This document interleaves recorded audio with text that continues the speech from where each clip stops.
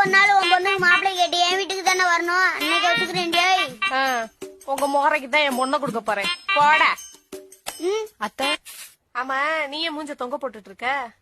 ஜெயக்கொடி இவளும் கொஞ்சம் நாளா நம்மளுக்கு ரூட்டை விட்டுக்கிட்டே இருந்தா, நான் அதே கண்டுக்கல, அதே மூஞ்சிய தொங்க வச்சுக்கிட்டு இருக்கா. சரி சரி மாமனை கட்டிக்கிறேன், எந்திரிச்சு போடி. ஆமா இவர் பெரிய மன்மத குஞ்சு. இப்படி பார்த்தா மன்மத குஞ்சு மாதிரி தெரியாது. ஒரு நிமிஷம், இப்ப மன்மத குஞ்சு மாதிரி தெரிறனா? இருடி ஒரு நாள் நீ தூங்கிட்டு இருக்கப்ப உன் குஞ்ச புடிச்சு நறுக்கி விடணும் இல்லையான்னு பாரு. ஏய் ஜெயக்கொடி, அவசரப்பட்டு வெட்டிட போற.